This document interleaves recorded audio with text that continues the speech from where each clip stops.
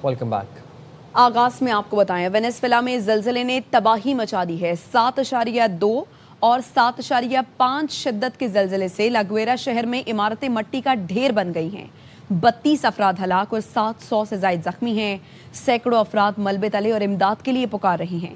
Emergency नाफिज करके तालीमी सरगर्मियां और ट्रेन सर्विस मुअत्तल कर दी गई। अमरीकी जियोलॉजिकल सर्वे ने 10,000 से ज्यादा अमवात का खदशा जाहिर किया है।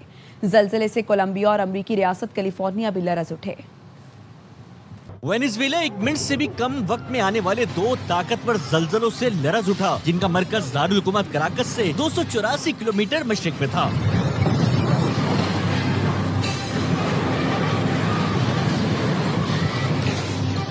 सात 7.2 और 7.5 शिद्दत के खौफनाक जलजले ने इमारतों को मिट्टी का ढेर बना दिया। कराकस और दीगर इलाकों में मुताद्दिद इमारतें और मकान जमीन बोस हो गए। मुतासरा इलाकों में अफरा तफरी फैल गई। सैकड़ों अफराद मलबे तले मदद के लिए पुकार रहे हैं। सड़कों और इमारतों में खतरनाक दरारें पड़ गयी। शदीद नुकसान की वजह से माइकिटी एयरपोर्ट बंद कर दिया गया। पेट्रोल की फरहमी भी मुअत्तल हो चुकी है। रेस्क्यू इदारे इमदादी कार्रवाइयों में मसरूफ हैं। इमरजेंसी नाफिज करके स्कूल और ट्रेन सर्विस मुअत्तल कर दी गई है। अमरीकी जियोलॉजिकल सर्वे के मुताबिक हलाकतों की तादाद 10,000 से जायद हो सकती है। जलजले के झटके पड़ोसी मुल्क कोलंबिया और अमरीकी रियासत कैलिफोर्निया तक महसूस किए गए, जिनकी शिद्दत 5.6 रिकॉर्ड की गई। शुमाली कैलिफोर्निया में 10,000 अफराद को अलर्ट जारी कर दिया गया। सदर आसिफ अली जरदारी ने वेनेजुएला में जलजले से कीमती जानों के ज़िया पर गहरे दुख का इजहार किया है। वेनेजुएला की हुकूमत और मुतासरा ख़ानदानों से दिली ताज़ियत की। कहा, मुश्किल की इस घड़ी में पाकिस्तानी कौम वेनेजुएला के साथ खड़ी है। सदर मुमलिकत ने जलजले में ज़ख्मी होने वाले अफराद की जल्द सेहतयाबी के लिए दुआ की। कहा, उम्मीद है वेनेजुएला के अवाम इस सानहे का हिम्मत और हौसले से मुकाबला करेंगे। वज़ीर आज़म शहबाज शरीफ ने वेनेजुएला में जलजले से तबाही पर अफसोस का इजहार किया। एक्स पर लिखा, जलजले से होने वाली तबाही और जानी नुकसान पर गहरा दुख हुआ है। पाकिस्तानी अवाम की तरफ से वेनेजुएला की हुकूमत और मुतासरीन के अहले खाना से दिली ताज़ियत करता हूँ। इस मुश्किल वक्त में वेनेजुएला के साथ हैं। मशरकी जापान में भी 7.2 शिद्दत का जलजिला आया। झटके टोक्यो में महसूस किए गए। जलजिले का मरकज सूबा एवाते के मशरकी साहिल के करीब समंदर में था। गहराई 50 किलोमीटर थी। हुकाम के मुताबिक जिस इलाके में जलजिला आया वो खतरे का जोन है। जापानी वज़ीर दिफा ने फ़ौज को मुतासरा इलाकों में नुकसान से मुतालिक मालूमात जमा करने की हिदायत जारी कर दी। पासदारान इनकलाब की बहरिया ने आपने हुरमुज से जहाज़ों के गुजरने के लिए नया रास्ता मुकर्रर कर दिया। अपने बयान में कहा, जहाज़ों पर लाजिम है कि वो चैनल 16 के जरिए और ईरानी फोर्सेस के साथ राबते में रहते हुए ही सफ़र करें। खबरदार किया, सिर्फ वही रास्ता महफूज है जिसका ऐलान ईरान ने किया है। ईरान से राबते के बगैर किसी दूसरे रास्ते का ऐलान नाकाबिले कबूल और ख़तरनाक होगा। खिलाफ वर्जी करने वाले जहाज़ों को कार्रवाई का सामना करना पड़ेगा। गुज़श्ता रोज़ ओमान ने भी ईरान की मदद से नया रास्ता खोलने का ऐलान किया था। अमेरिका ने कभी भी ईरानी कौम के साथ अपने रवैये में सच्चाई और शफाफियत का मुजाहरा नहीं किया। ईरानी वज़ारत ख़ारिजा के तर्जुमान इस्माइल बकाई ने एक्स पर लिखा, ईरान ने बदएतमादी के बावजूद नेक नियति से सिफारती अमल में हिस्सा लिया और मुसल्लत करदा जंग के खात्मे से मुतालिक मफाहमती यादाश्त पर दस्तखत किए।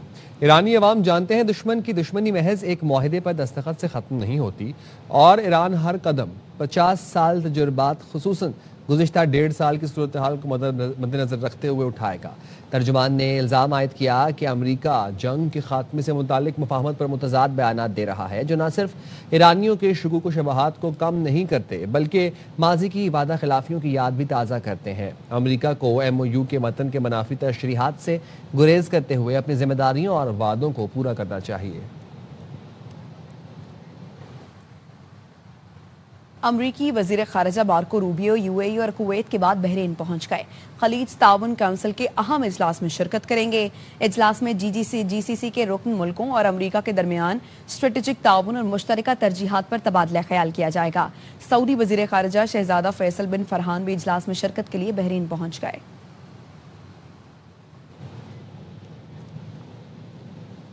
ईरान के सदर मसूद पज़ेश्कियान कहते हैं हमारी मुसल्लह अफवाज ने दुश्मन के ख्वाब को चिकनाचूर कर दिया।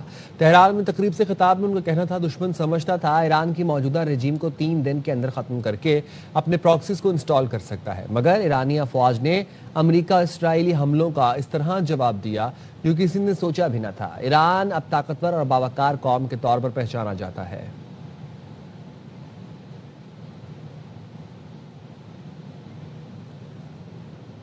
जुल्म करो ना कबूल करो और ना ही जुल्म पर खामोश रहो। ईरान के सदर मसूद पज़ेश्कियान ने एक्स पर लिखा, इमाम हुसैन अलैहिस्सलाम ने हमें जुल्म और ताकत के फितने के खिलाफ डट जाने का दर्स दिया।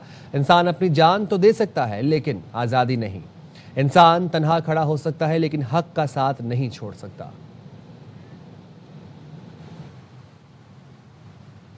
अमरीकी सदर ने कांग्रेस से $87 अरब जारी करने का मुतालबा कर दिया।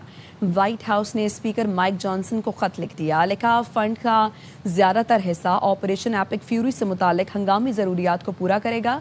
इस फंडिंग में से $67 अरब महकमा दिफा के लिए है, जिसमें $21 अरब असलहा और गोला बारूद, $17.3 अरब ऑपरेशनल अखराजात और $12 अरब खुफिया प्रोग्राम्स के लिए रखे गए।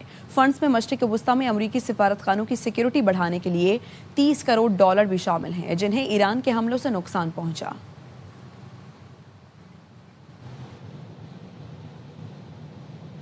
अमरीकी वज़ीर ख़ारजा स्कॉट बेसेंट कहते हैं कतर के दारुल हुकूमत दोहा में एक ऐसा इदारा कायम किया जाएगा जो ईरान के मुंजमद फंड्स की निगरानी करेगा। CNBC को इंटरव्यू में स्कॉट बेसेंट ने मजीद कहा, अमरीकी महकमा खजाना दोहा में अपना एक ऑपरेशनल सेल कायम करेगा। ईरान के मुंजमद असासों का बड़ा हिस्सा खुराक और अद्वियात की खरीदारी के लिए इस्तेमाल किया जाएगा। अमरीकी सदर ट्रंप ने ईरान को रकम देने की फिर तरदीद कर दी। कहा, आपने हुर्मुज़ से मुताल्लिक़ गलत मालूमात मिली तो मुज़ाकरात फौरी ख़त्म कर दिए जाएंगे। नेटो चीफ से मुलाकात के बाद मीडिया से गुफ्तगू में कहा, ईरान के मुंजमद असासों से कोई फंड्स बहाल नहीं किए गए और अमरीका को इन पैसों की ज़रूरत भी नहीं है। ईरान ने आपने हुर्मुज़ में कोई फीस या टोल ना लेने का वादा किया है। एक सवाल पर कहा, बहुत कम इम्कान है कि ईरानी स्कूल पर अमरीकी मिसाइल गिरे हों। The UK, we're disappointed with Germany and France.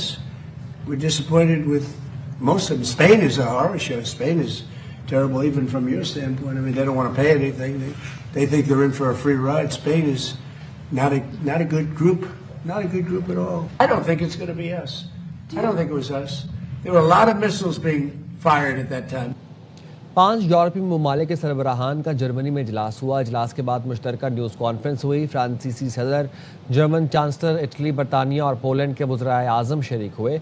German chancellor ने कहा, अमरीका और ईरान के दरमियान मफाहमती फ्रेमवर्क का खैर मकदम और स्विट्ज़रलैंड में फॉलो अप मुज़ाकरात की हिमायत करते हैं, लेकिन दिफाई पॉलिसी के लिए काम करना गलती होगी। बरतानी वज़ीर आज़म कीयर स्टारमर ने कहा, दुनिया भर में अपने इत्तेहादियों के साथ ताल्लुकात बेहतर बनाने पर फ़ख्र है।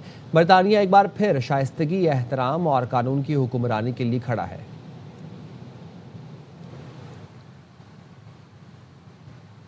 नेटो के सेक्रेटरी जनरल मार्क रोटे ने कहा है कि इटली ने अपने इलाके में मौजूद अमरीकी अड्डों से 500 अमरीकी तैयारों को परवाज की इजाज़त दी। फॉक्स न्यूज़ को इंटरव्यू में मार्क रोटे ने कहा, अमरीकी तैयारों को परवाज की इजाज़त का मकसद ईरान के खिलाफ ऑपरेशन एपिक फ्यूरी की हिमायत था। ये भी कहा, रोमानिया के दारुल हुकूमत बखार्स में फ़ज़ाई ट्रैफिक में कमी आई क्योंकि वहाँ ईंधन भरने वाले तैयारों की सहूलत के लिए एयरपोर्ट्स इस्तेमाल किए गए। इटली ने नेटो चीफ के इस बयान को मुस्तरद कर दिया। अतालवी वज़ीर दिफा ने मार्क रोटे के बयान को गुमराहकुन करार दिया और कहा, इटली ने तकनीकी और लॉजिस्टिक्स सरगर्मियों की इजाज़त दी थी। नेटो और उसके रुकन ममालिक जिन्होंने ईरान के खिलाफ जारहियत में हिस्सा लिया उन्हें जवाबदेह ठहराना चाहिए। ईरानी वज़ारत ख़ारजा के तर्जुमान इस्माइल बकाई ने नेटो के सेक्रेटरी जनरल मार्क रोटे के बयान पर सख्त रद्द-ए-अमल दिया। इस्माइल बकाई ने मार्क रोटे का बयान जंग में नेटो की फ़ाल शमूलियत का वाज़ेह और संगीन एतराफ़ करार देते हुए लिखा, यूरोपीय इत्तेहाद और उसके वो रुकन ममालिक जो इस कार्रवाई में शामिल रहे उन्हें उसके नताइज की जिम्मेदारी कबूल करना होगी। इटली, रोमानिया और दीगर यूरोपीय मुल्कों को वजाहत देनी चाहिए कि उन्होंने जारहियत पसंदों के साथ ताउन का फैसला क्यों किया।